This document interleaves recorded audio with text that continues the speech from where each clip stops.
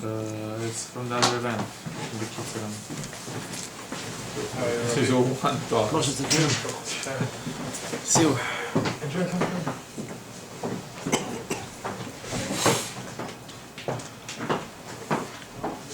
Well,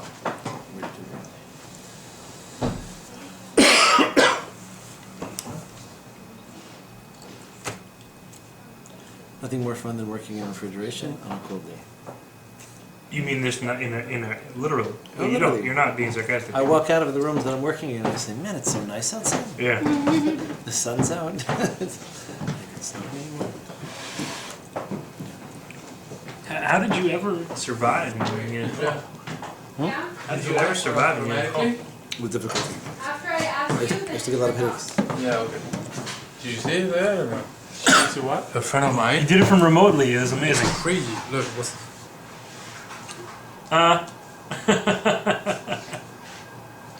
Just an app? yeah, the plugs are Wi-Fi. The plugs are connected on Wi-Fi, and I can set it up for Shabbat. Do everything on the phone. I don't need to get down and like turn and do this. It's crazy, huh? It's like $40. Is it the new thing each for plug. AT&T or Huh? is it the thing that I saw on AT&T's No, it's a thing. It's a plug called the Waymo. Waymo. What is it? You give Wayne it someone to sitting here? No, please. Yeah. We know. Waymo. I gave him $1. Was it the short guy, the usual guy? I don't know which guy it is. Oh, come on. Oh, I shouldn't sit here because the camera.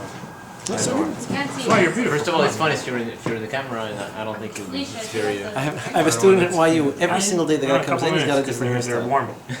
It's to the left, to the right, in the middle. It's long and wavy, short and close. One day I said to Emmanuel, let's call it Emmanuel. Emmanuel, how do you get this? Like every day, it's a perfect hairstyle, just a different one. I said, who styles your hair for you? He thinks for a second. He says, my pillow. Like I just woke up. I didn't put it anywhere. It goes like this. Very good. So, yeah, and following with the requests, suggestions people had previously submitted, I think it is nice to, at least on occasion, to pin yourself to a written text, especially because these texts were written by particular geniuses at particular times and really have applicability that goes beyond the ages. It's timeless wisdom, points that it's important to know and to understand, and it really puts a lot of other questions to rest. We could, in theory, spend the rest of eternity asking questions and answering them, but learning systematically how things work and how things function sometimes gives you this perspective. So, a very little bit by way of introduction, because I don't believe in too many of them. Not everyone shares the same curiosity about abstract understanding of the world around them. Let's just accept that as fact. There are people who aren't bothered by certain questions, and so much the more so that they aren't so interested in the responses. There are people who live their lives relatively simply and don't have this burning curiosity, this tremendous desire to understand much more than they already do, as much or as little as that may be. And they therefore don't have much of an interest in such books. Moran Mukhima said is a classic example. Guide to the Perplexed. We spent quite a bit of time studying this last year, spring, summer. The same can be said for Sefer Kuzari. These are fascinating, really, books that were milestones in Jewish history because they addressed questions that everyone always asked. The answers were scattered around the Talmud, but not in such a clear, easy, organized, accessible way. And the geniuses who realized the needs of their generations and then managed to sort of synthesize the information and put it into written form are the ones that that really laid the foundations for these broad, general discussions about what we believe in, what we don't believe in, what we do, what we don't do, why we do certain things, why we don't do other things. None of which necessarily is so easily spelled out black and white in the Talmud, or for that matter in the Torah itself. Why it's that way is an excellent question. We'll touch on it a little bit here and there. All I'm saying is that the Ramchal, we'll talk about his life and his biography in just a bit. You have to appreciate where he's coming from in writing the book, and what compels him to do this. And he writes, matter of fact, he writes in the introduction to Mesilat Yesharim, The Path of the Just, also a very classic and standard book on the Jewish philosophical bookshelf. He writes that all of these truths that he's describing, they're all clear, they're all obvious, they're all well known, and he's only organizing them and reiterating them because those things that are clear and obvious are the ones that it's easiest to forget. And he makes it sound like he's not doing anything so bombastic. He's just, collecting words of wisdom from a variety of sources in the Talmud, the Midrashim, etc. So the same style kind of permeates this particular text, where he's writing things that sound so basic and so simple. On the one hand, if you have this curiosity, you say, oh my God, how did I live my life up until now without knowing this? At the same time, you can say, okay, it's nice, it's abstract, it's a little bit out there, but it's not necessarily what I'm starving to know. So, Ramchal is a fascinating character. First of all, he succeeded the Arizal, not necessarily in terms of dynasty, but he lived after him. Definitely had access to probably the overwhelming majority of the texts that were compiled in his name. And he is regarded as let's say the great granddaddy of one of three major schools of thought that followed the Arizal's teachings of Kabbalah, referred to by the academicians as Lurianic Kabbalah. Rabbi Yitzchak Luria, his last name was they spell Lurie, Lurie in French. I don't know any Jew. I met one. I wrote a get once for a guy with that last name who was related to, I guess, apparently related to him, and not as good at staying married. But I haven't met too many people with that last name. At any rate, last names were pretty new at the time. So he lived at the very end of the 15th century, more so into the 16th. And Ramchal succeeded him by almost a clean century. So the texts that were redacted over the course of some 20 years after he passed away, Baruch Chaim Vital, were committed to print. They were published, and they were fairly widespread. So they had made it to Turkey. You have famous pseudo-Kabbalist false messiahs. I mean, Shabtai Tzvi is one of them in the short generation or two after the Arizal. And the Ramchal, Rabbi Moshe Haim Luzzato, lived after, meaning in approximately the same generation as him, so almost 100 years after the Arizal himself. And he is credited with one whole school of thought in these Kabbalistic teachings. Why do I say that? Because his approach is very systematic, very intellectual. There's an order, there's a structure to things. If you analyze the texts carefully, you come to the conclusion that this concept is on a higher level than that one. This one is more important than that. This is the order of priority. This is the order of hierarchy, and it makes quite a bit of sense in terms of figuring out where you stand and where the discussion is taking place. So we'll leave that for the time being as far as introductions go. One last relatively fascinating note as well is the fact that he is not neither strictly Ashkenazi nor strictly Sephardi. The Italians, yeah, he's Italian, so he's a little bit of both, and actually neither. He's one of a great line of Italian Talmidei Chachamim. It's worth noting, and generally we don't miss an opportunity to make fun of the Italians, but here we actually have to give some credit where it's due, and that's that the Italian community, much like the Sephardim, were extremely disproportionately influential in Jewish history. You have to acknowledge this. You don't have to like everything they prepared to eat. Tiramisu gets a thumbs up, but it happens to be that the Italians had much more influence than their numbers might have predicted. And although the overwhelming majority of Jews in the previous century, and probably even still today, definitely hailed from Ashkenazi backgrounds, the Sephardim living in Spain, I should say, maybe even a little bit more specifically than the rest of the communities, but certainly those living in Spain, much of North Africa, and the Italians as their own community had a tremendously disproportionate influence on Judaism. They had access to the printing press before everyone else.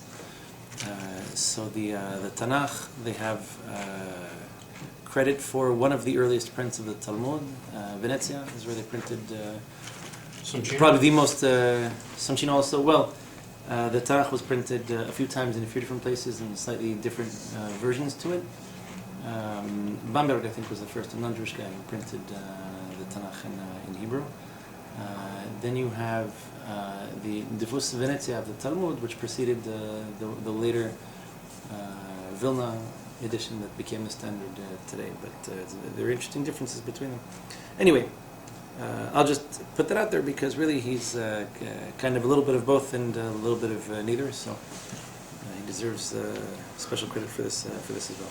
Anyhow, without further ado, I suggest we dive in and take questions as they come up.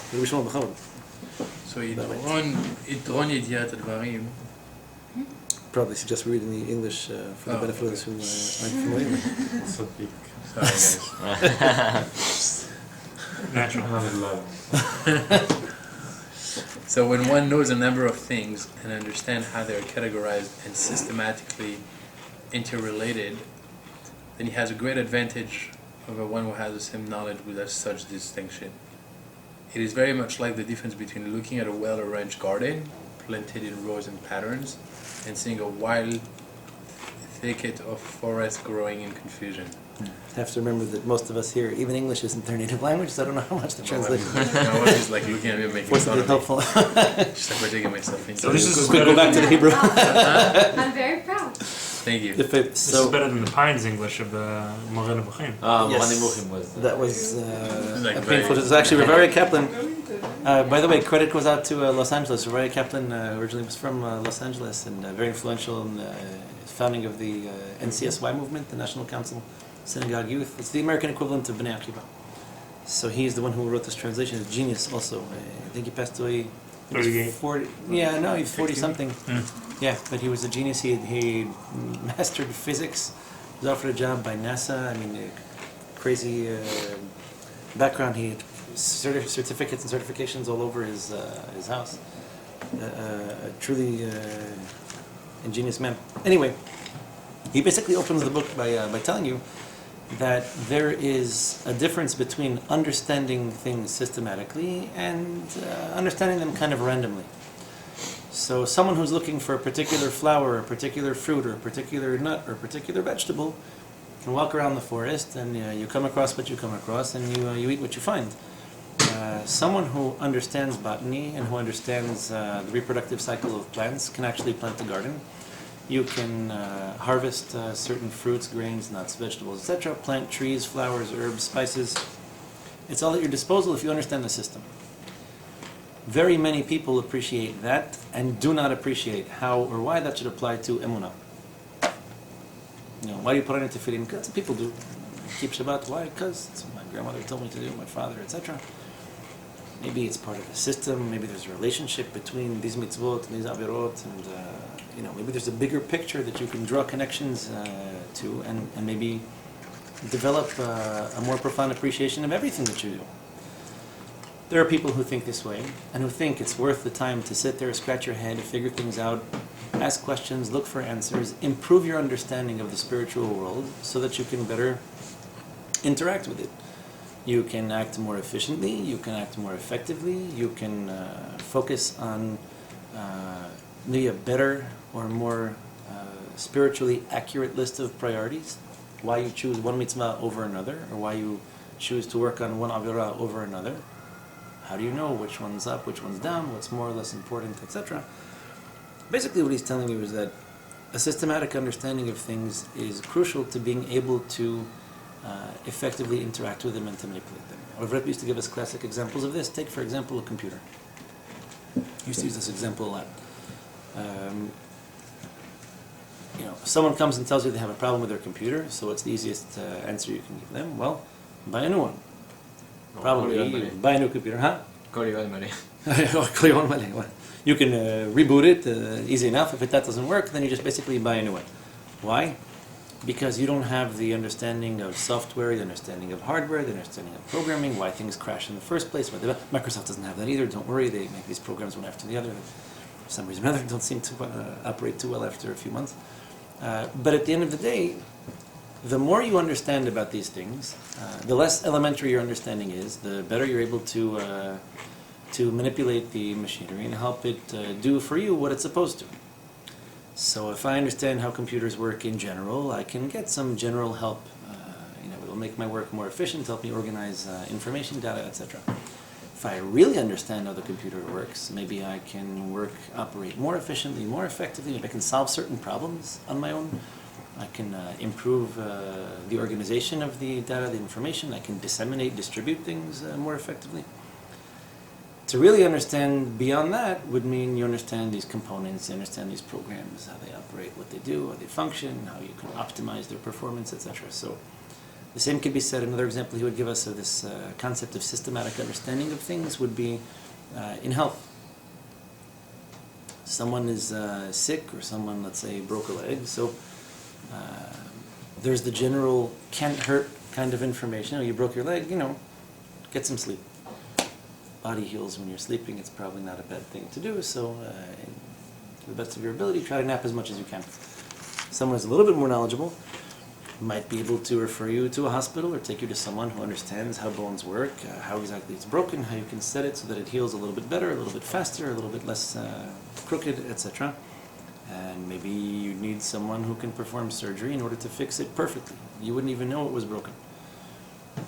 The degree of sophistication, either your own or that of the person who's handling you, treating you, etc.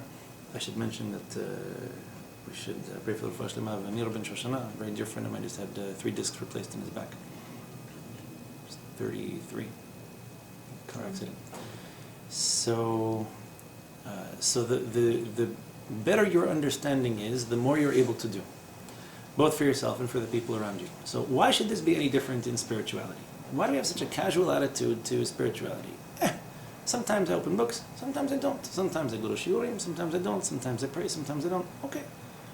Would you conduct yourself this way when it comes to your parnasa? Sometimes I go to work, sometimes I don't. The check comes, it comes. It doesn't come, it doesn't come. Learned something classic from dealing in meat. It is impossible. It approaches infinitely impossible to get payment from someone who's already eaten the meat. Learn these things the hard way. Arrange for payment ahead of time. Somebody's hungry, they have an appetite, so sure, we'll pay anything, just give it to me. And once they eat it, checks in the mail, talk some other time, the credit card's full, maybe next month. Okay, things happen. So when it comes to your parnasa, you have to make certain efforts, and the efforts that you make, they succeed or they fail. Well, I guess it depends on what it is that you're doing. You know where to go looking for work, how to present a resume, how to present yourself. Maybe you can train yourself, you can learn a new skill. You go from a good job to a better job, etc. So we make these efforts everywhere. When it comes to health, when it comes to fashion, when it comes to our physical appearance, when it comes to our financial health. Why should it be any different when it comes to spirituality? In fact, it's not. And the point that he's making is that, like it or not, the better you understand these concepts, the more fundamental your understanding is, the less of a mystery this appears to be. The more connections you can draw, that's a very important point we'll elaborate on. And inevitably, this knowledge will permeate everything that you do. You will function better, spiritually speaking. You'll be more spiritually healthy for it. Ignoring this understanding, ignoring this desire, this curiosity that some of us have to understand things on a deeper level, and you're left in this kind of random world. Take your classic example of Baal Teshuvah, or someone who's interested in conversion. Why should I start keeping the mitzvot? I'll tell you why. Because if you light candles before Shabbat starts, then you can fast on Yom Kippur and you can eat matzah on Pesach, which is great. What's the relationship between these things? Every time you learn a new mitzvah, it's like a new headache. It's a new concept, a new idea. I need to start from scratch. I need to learn the mitzvah, what it's called, how to pronounce it, when it applies, when it doesn't apply. Everything is random. And the more things you learn, you're filling entries in a random encyclopedia. Understanding things systematically means you appreciate there's certain connection between certain things. Example, much of what we don't do on Shabbat, we don't do on Yom Tov. So it's not learning an entirely new set of rules. There are days we work, days we don't. There are exceptions, but the majority of the things that are forbidden to do on Shabbat are forbidden to do on Yom Tov as well. Some fast days are half a day, some fast days are a whole 24-hour period, even a little bit longer than that. So this concept of night and day, and the better you understand that, you understand why Shabbat starts when it does, why Yom Tov starts when it does, why Shabbat ends when it does, why Yom Tov ends when it does, etc. There are a lot of calculations that are based on this. So the deeper and deeper your understanding gets, the more you can appreciate these concepts of hour, day, week, month, year, calendar, when we eat, when we don't eat, the laws of brachot. There are some general rules, there are more particular ones. So these understandings really give you a much better grasp, not only on a particular mitzvah, but on all of your mitzvot, or all of the averot, or all of your tefillot. And it really helps to make these connections and appreciate in a more sophisticated way what it is that we do. We were little, they taught us the basic rules. Now we're looking for, what does it all mean? How does it all come together? Why should I even be interested in this? So, we'll do an experiment. When an individual is confronted by many details and does not know how they relate to one another or their true place in a general system, then his inquisitive intellect is given nothing more than a difficult and unsatisfying burden. The dilemma of the Baal Teshuvah. I have no idea where to start. None of this makes sense. It's all random. Go on. He may struggle with it, but he will tire and grow weary long before he attains any gratification. Each detail will arouse his curiosity, but not having access to the concept as a whole, he will remain frustrated. Fairly understandable, huh? Basically what we're saying. If one wishes to understand something, it is therefore very important that he be aware of other things associated with it as well as its place among them. Without this, one's longing for truth will be frustrated and he will be pained by his unsatisfied desire. Okay, so classic example. I just learned how to keep the mitzvot. What's the most important mitzvah in the world? Tzedakah. What's more important than tzedakah? Someone's hungry, someone's poor, can't afford a house, clothing, food, etc. I give tzedakah. Then I get hit with a concept like Shabbat. So do I not give tzedakah on Shabbat? What's more important? If I do happen to have a dilemma, conflicting ideals, how do I know what to do or what not to do? I can be well-intentioned, well-meaning, I'd like to do the right thing, I just don't know what the right thing is. Well, then I have to learn not just that there are many mitzvot, that's a whole set of random details, but there has to be some kind of a structure, some kind of a hierarchy. What comes before, what takes precedence or priority? Under what circumstances do we make exceptions? There are rules and there are exceptions, so things start to become more cohesive, less painful. I like these terms that he's using. Painful, frustrated, implies confusing. I think all of us at some point come across these voids of knowledge where we feel a little bit powerless and you say, I want to do the right thing, but for the love of God, I just wish I knew what it was. So here he's addressing the issue as a whole, not one particular example, but that's basically it.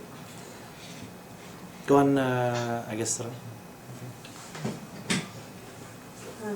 Is it the exact opposite? Mm-hmm. Exact opposite is true when one knows something in relation to its context. Since he sees it within its framework, he can go on to grasp other concepts associated with it, and his success will bring him pleasure and elation.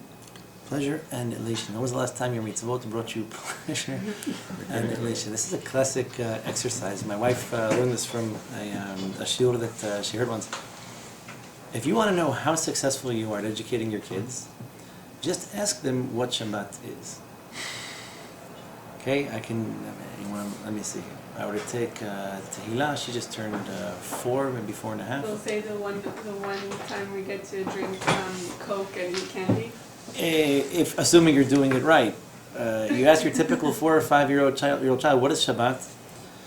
I can't paint. I can't turn on the computer. I can't watch Curious George on YouTube. I'm not allowed to play on the electric piano. All the stuff that I like to do, I'm not allowed to do. So what do your kids retain? They retain what you repeat to them more often.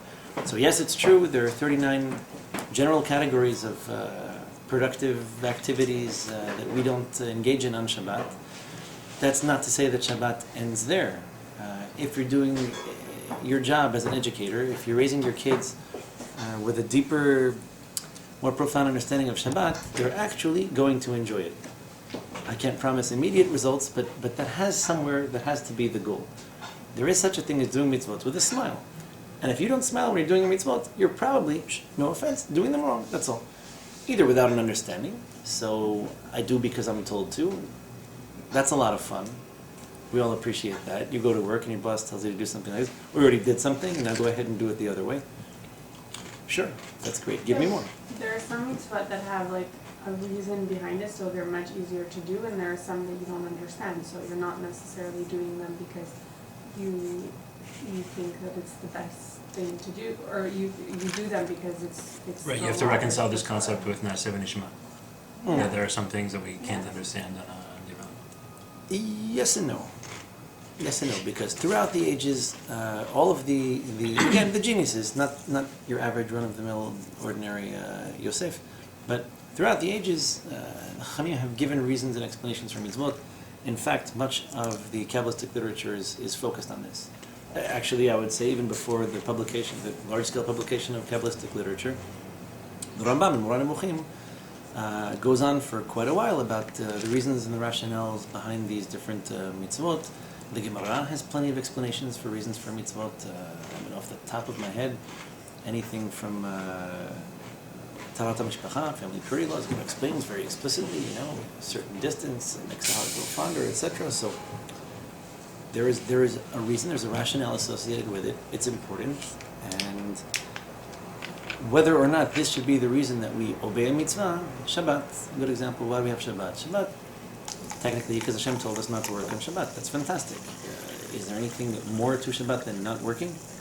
So I can drink myself silly on a Friday night and wake up at like 12 o'clock. No, people do that. Never mind. Maybe we can, just not work or do, and we go catatonic on Shabbat, and effectively we will have fulfilled the mitzvah. Did I really get all that I can out of it? Having a deeper understanding of Shabbat and why Shabbat was given, maybe I can appreciate concepts like not working means maybe I have time for learning. So I can choose between sitting at a table for 6 hours, which is fun and fattening, or I can open a book. Maybe the meal's a little bit shorter, and I can actually look something up and learn something, and maybe there is something beyond just eating and drinking too much every week, like clockwork. There might be a deeper concept behind it. So not working is one thing. That's what the Torah focuses on, what it tells you not to do. And then we have the Gemara, the Midrashim that talk about Shabbat being a day of not rest, like lazy, I feel like I'm going to go to sleep. If you're tired, you can nap. But the idea is that there is spiritual work to be done on Shabbat. The Rambam points this out, not with Kabbalistic logic necessarily. He just says, anyone who thinks Shabbat is a day to be lazy, bum around, go to sleep, etc., has missed the entire point. Because if you think that God rested on Shabbat because he was tired, then you're effectively half a step away from believing in a human God. And there are entire religions based on this. We don't hold this way. God wasn't tired. I shouldn't be tired either. Rav Rebbe used to tell us a little word of admonishment. Anybody who comes out of Shabbat more tired than he went in isn't doing it right. And that in fact, if you do need to rest because you're tired, go to sleep early on Thursday night. You want to take a nap Friday afternoon, you're a superstar. Shabbat is the day of koach. This is the day of strength. This is the day you can learn, you can study, you can invest in your relationship, husband, wife, family, kids, community. Shabbat is a turbocharge for the rest of the week. And if we're getting tired preparing food, and even more tired eating it, and then we get physically sick trying to digest it, maybe we went a little bit far, we took a little bit of a stroll, detoured from what it is HaKadosh Baruch Hu actually wanted us to do with the Shabbat. So food is physically appealing and tastes physically good, and spirituality doesn't really have a taste associated with it, so I guess just on the back of the menu. So no naps? So For you, when it comes no to waking up until 11. when it comes to sleep on Shabbat, you can spend all of Shabbat sleeping. No, not all of them. I'm saying naps, like an hour nap. No, so napping is great, and if napping on Shabbat helps to give you more koach to do more mitzvot, that's fantastic. If Shabbat is the day that you sleep on, not you personally, the royal you.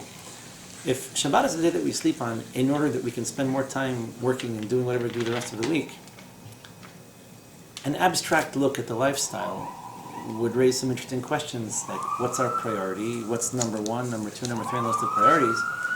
If my work is the most important thing in the world, and Shabbat is what helps me work because I can sleep on Shabbat and I can work harder during the week, so I'm tending more and more away from God. I think it's more the And one more opposite. It's towards- that people get to Shabbat and they're exhausted from their week.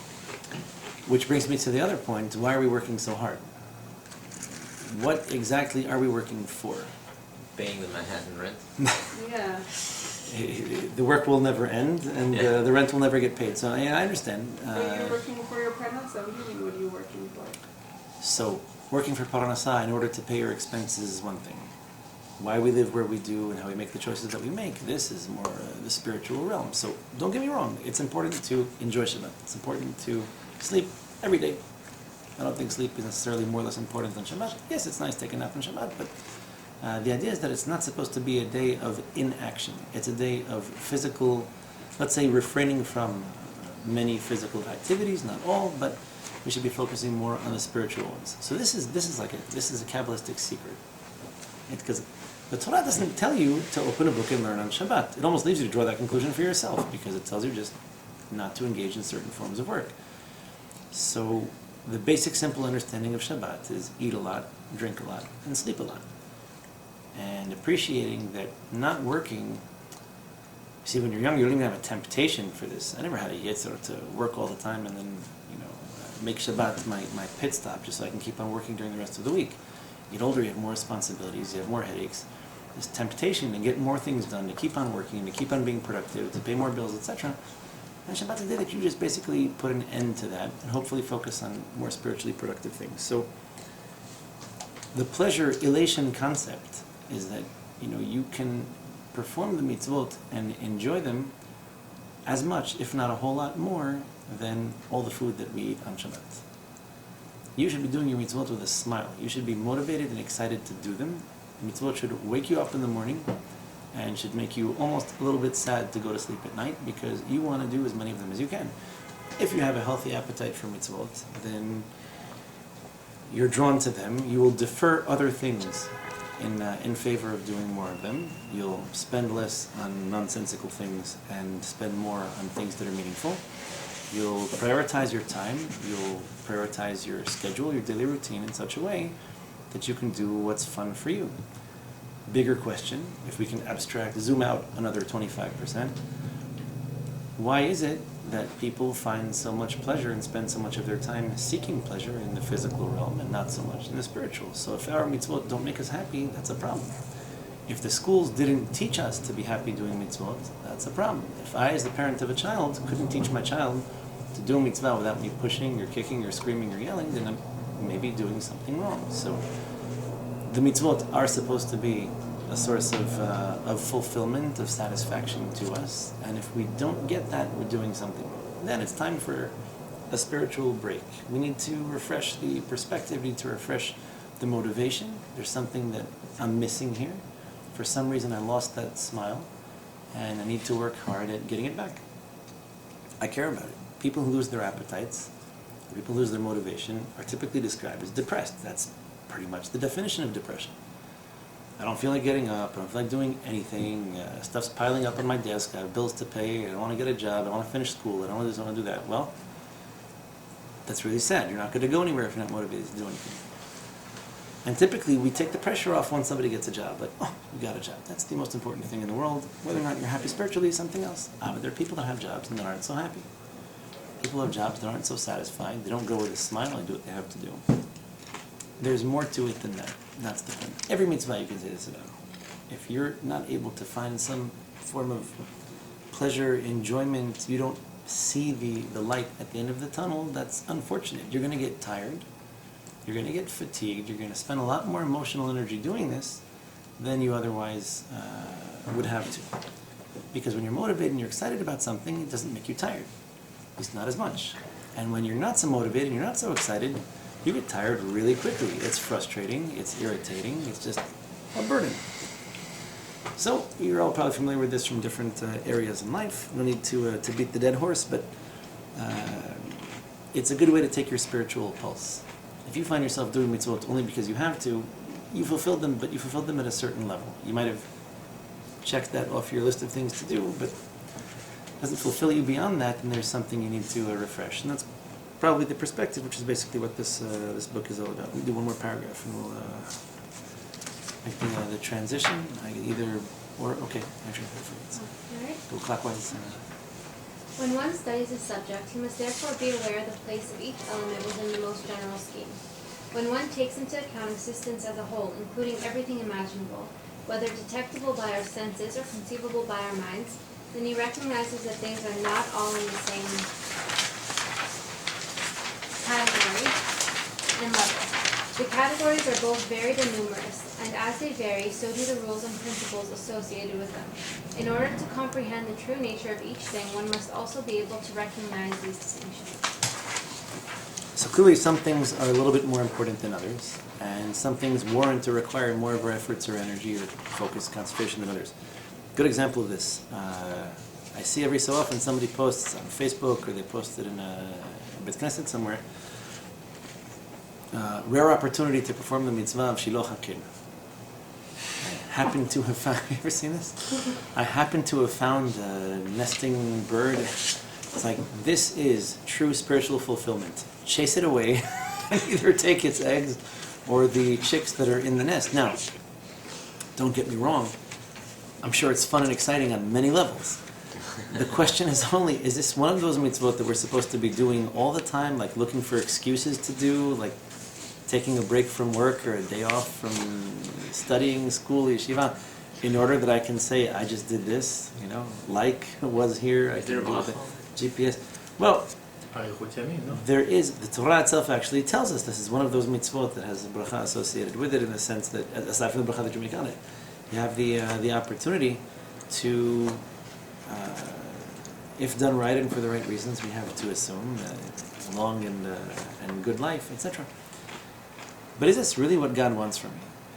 Should I be walking around Manhattan looking for pigeons to chase away from me? I mean, if you're hungry and you can't afford it's Manhattan, after all, pizza costs like $50. Yeah, so you can, on occasion, indulge. You can eat eggs, you can eat the bird, or even the chicks, etc. That's all well and good.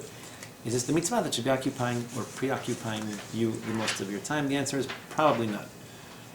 There will come a time when you have to stop chasing the pigeons. You just need to move on with life. So, what's the ideal? Which mitzvah is the most important? How do we make these distinctions? Clearly, there are those that are more general in their scope, and there are those that are a little bit more limited. There are those that come up only when the opportunity presents itself. So, for example, Shiloh Hakin, chasing away the mother birds so that you can halachically, permissibly take the eggs or the chicks. Slaughtering animals is a pretty good example. This is not a sport. There are many cultures that do kill animals for fun, and we're not one of them. If you need to harvest the animal for a whole variety of reasons, you're permitted to, and if not, then not. You will not earn yourself a very large portion in the world to come if you massacre animals by the tens of thousands for no reason. It's actually pretty destructive. There's no reason for us to do such a thing. Mitzvot like tzedakah, mitzvot like learning Torah, mitzvot like loving your fellow Jew, mitzvot like bringing people close together. You don't find limitations or restrictions on them. They're a lot harder. They're a lot more general in scope. They're even harder to define. Yeah, דברים שאין להם שיעור. Making peace between husband and wife. Most recently, I've been bothered by a few cases of canceled engagements. Sorry to hear it, but things come up. So, these are tremendous, important things. If the opportunity presents itself, you jump on it. You should be happy, you should be motivated, excited. Why? Hard to motivate yourself if you don't understand why this mitzvah exists or what's the, what the importance of it is. If you appreciate that the world was created in such a way that there are men and women who need to come together, get married in order to have families, and this is how Hashem wants His creation to be perpetuated by us, that's a really big deal. That's the first mitzvah in the Torah. As a matter of fact, we should be focusing a lot of our efforts on helping people achieve this, helping people reach this milestone. So it's a really big deal if a husband and wife, an engaged couple, it's possible to work it out, and they choose not to. They're wasting potential. They're missing a really big goal in life. So you will prioritize accordingly. You will say, you know what? I understand that I had something else to do today. Somebody posted something on Facebook about pigeons, but I'm going to help this couple reach their potential. I'm going to help this couple do something godly, and that's put their egos in their pockets and start focusing on the greater, larger, bigger picture. And by the way, the same goes for Shalom Bayit, your own personal life. You'll have the zechut of living with the joys and challenges of Shalom Bayit. You can drag your feet about doing something for the family or for the couple or for your spouse, and that kind of comes across. We can all appreciate that. I can buy her flowers begrudgingly only because it's her birthday, because she reminded me 10 times. Or I can do something nice and funny and spontaneous and exciting, and I can do it with a smile and pretend I really enjoy this, and I'd love to do more of it, and we could just spend more time with each other, and that'd be fantastic. And the difference between buying flowers and like throwing them on the table, as we mentioned in previous class, or actually presenting them with a smile in a surprising kind of spontaneous way, really makes a difference. Why should that not be the case with all my other mitzvot? Why can't I surprise HaKadosh Baruch Hu by like being really happy about putting on my tefillin one morning, instead of complaining about stepping in these puddles that look like they're solid ice and then your foot goes through and your socks are wet? Why can't I just smile on my way to Bet Knesset, say Baruch Hashem, these obstacles, they just make the mitzvah that's more precious to me, and I love nothing more than waking up early in the morning, especially when the baby woke up earlier than me. I have the opportunity to put all my sour feelings aside and refocus and get motivation, etc. So we appreciate this when it comes to us and our stomachs and sometimes our hearts, but all our mitzvot are supposed to do this for us. They're all supposed to make us happy. And if we lack this motivation, it's only because we don't realize the big picture. If you only knew how important your mitzvot were, you would do backflips every opportunity you had to perform them. I'll give you a nice example of this from the Midrash. The Midrash actually says this about Reuven. Another example of this is by Moshe and HaRav. The Midrash says that Reuven was the first brother. He was the oldest, so he was the first one to speak up and to say, I don't think killing Yosef is a really good idea. There were 10 of them there. It occurred to one of them, should we really kill our brother? Yeah. Yeah, I think we should. Reuven pops up and says, I don't think this is such a great idea. Maybe we can throw him into a pit. It's a little bit less offensive to our sensibilities. We can throw him into a pit. Our father likes him and all, but we don't. So we're told that he did this in order to save him, to bring him back to his father. And Yehuda comes with this idea, maybe we should just sell him, throw him in a pit. That's no fun. We don't get anything for it. Maybe we can sell him and get something out of it. So the Midrash says, had Reuven known that a pasuk would be written about what it was that he just did, he would have come out with a legion of soldiers, would have beaten them all into submission, would have carried Yosef back on his shoulders to his father. You know what? We thought to do something wrong, and we caught ourselves. We are embarrassed about what we did. We hereby prostrate ourselves in teshuvah and apologize for the very thought having crossed our minds. It's 9 against 1, and maybe he lost the perspective for just a little bit. So the Midrash says, if only he knew, he would have turned the world inside out in order for this mitzvah to happen. That's the nature of mitzvot. If we only knew how big the mitzvah, like if you knew a pasuk was going to be written about you, right? And God sat there waiting for Yitzchak to put on his tefillin, and Yitzchak slept through his alarm and barely woke up for work on that day. And then he decided to bring a flood. Like if you knew this was going to be the cause of some calamity, you probably would get up. If you knew that there was going to be some tremendous blessing brought to human, the cure of cancer, just depending on you lighting your candles on time before Shabbat, maybe you would do it differently. Another example is coming up in next week's, not this current Shabbat, the week after that's Parashah, by Moshe and Aaron. Moshe Hashem offers him 3 times, no less, 3 times. He says to him, go down to Paro and tell him to let the Jewish nation go. You're my agent, you're my emissary. You're going to deliver the Jewish nation from the slavery in Egypt. He declines once, he declines twice, he declines thrice. And HaKadosh Baruch Hu says to him, last, 4th and final time, go ahead. And he says, no, please, shalachna b'yat tishlach. I'm not the right man for the job.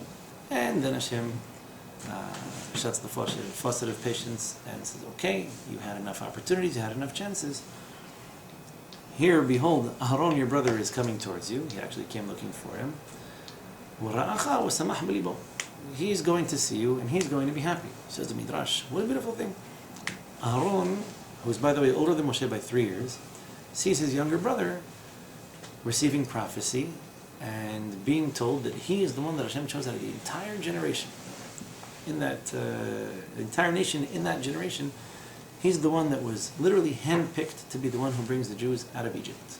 All these miracles, all these feats were going to be something spectacular and done by him in God's name. Because he refused, we're told that Aharon, Hashem testifies about him, saying he's going to see you. Not only is he not going to be jealous of you that you have prophecy and he doesn't, at least not yet. He's going to see you and he's going to be happy. He's going to be excited. He'll do the job that you just refused to do. So Midrash says about as if Aharon did something wrong. In this case, it's a totally positive thing. Midrash says if Aharon knew that was going to be committed to a pasuk in the Torah, he would have come out with drums and tambourines and would have like put on a whole parade. What kind of funny thing for the Midrash to say. What's it trying to tell you? It's trying to tell you that Aaron by his nature was a really big tzaddik. He wasn't jealous of his brother, be happy to help him in any way possible. So this one opportunity, he had to do something super tremendous, absolutely selfless. I mean, Hashem gave this to Moshe on a silver platter, and for some reason, he lacked the confidence to do it. He preferred that it should be passed on. If you knew that a pasuk was going to be written about this, you would have reconsidered, you would have invested 1,000 times more effort into it, with a much bigger smile than you might have. And so this is the Midrash's way of telling you, had you known that all of your acts are recorded for posterity, if you knew that everything that you say and do is somehow recorded, is kept in Hashem's diary, you would probably behave differently. And therefore, it's only because we lose that perspective, it's only because that thought kind of drifts out of our heads really quickly after it occurs to us, that we allow ourselves to do other things, to make mistakes, or to do our mitzvot in a kind of half-hearted, unmotivated way. If only we could refresh that perspective each and every time we do a mitzvah, we do a lot more of them, and we do them a lot better, and with a much bigger smile on our faces. They probably do a lot more to bring us towards redemption. We might even have been there by now, were it not for the fact that we keep on losing the perspective. Take a quick couple minutes of a break, have something to eat, and continue with the